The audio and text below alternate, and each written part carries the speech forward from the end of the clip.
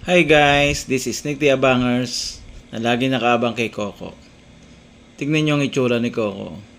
Ang dumi na naman. Actually, ilang araw hindi lumabas, malinis siya. Kahit di pa naligo. Tapos pinaliguan namin kahapon. So talagang puting-puti siya.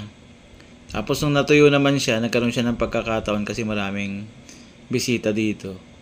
Nakatakas siya, ayan bumaba. Ang ginawa lang niya, pagdating ng hapon, nagutom, kumain. Umalis ulit, bumalik ng gabi. Tapos pag uwi niya, ayan o, diretso ron sa table. Tignan nyo naman, latag na latag yung kumot. Siya naglatag niya. At tignan mo yung itsura, halos hindi gumagalaw. Hindi na nakuha maglinis ng kanyang mga paa. Pati yung kanyang balahibo, tignan mo, ang dumi oh. Parang galing sa basurahan. Pero kasi yung kanyang pinag-i-stayan doon na bodega sa baba, ano siya, syempre walang tao. Yung alikabok doon, kaya gumugulong-gulong siya doon. Kaya yung itsura niya. Tingnan mo, tulog na tulog oh. Sobrang pagod niya sa pagtambay doon ng buong maghapon. Sinamantala niya habang meron kaming ginagawa maghapon. Oh, yung paa oh, tingnan mo naman. Nako, Coco, ang dungis mo. Ayan guys, di na natin ginising kasi talagang antok na antok siya oh. Bukas na lang natin siya lilinisan ulit. Ayan guys, ang storya ni Coco. Pagkatapos ng buong maghapon na paggala at sa paborito niyang lugar na pinupuntahan doon sa baba, na kahit siya'y madungis, ayan ang itsura niya.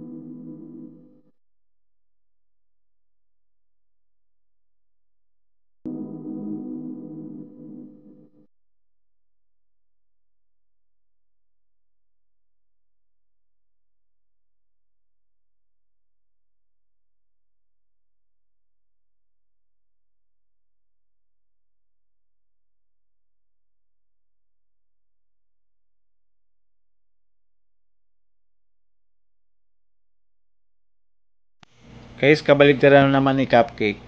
Hindi naman si Cupcake oh. Malinis sa katawan. Hindi naman lang itsura ng tulog niya. Talaga nag-i-enjoy sila sa pagtulog dito. And guys, yung aming mga kapamilya na aming mga inalagaan dito, hindi naman ang itsura niya. Sandali niya mo lang iniwan ng mga kittens niya doon sa labas. At siya'y nagpalamig dito. Ayan ah. Talagang deep sleep talaga.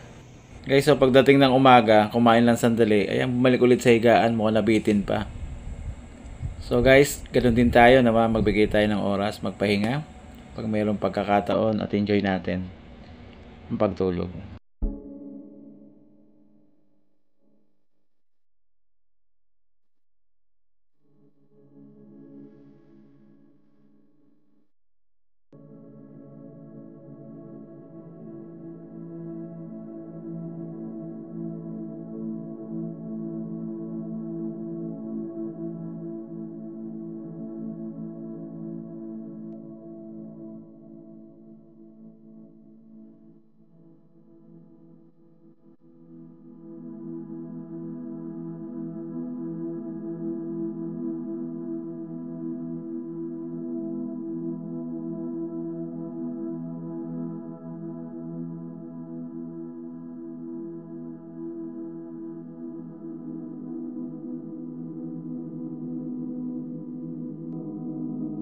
guys, nung ginilaw siya, bumalik siya dito sa kanyang higaan. Ayun, nakita mo, nakabaloktot. Alam ko ako, giniginaw ka na? Tutulog ka na naman ulit.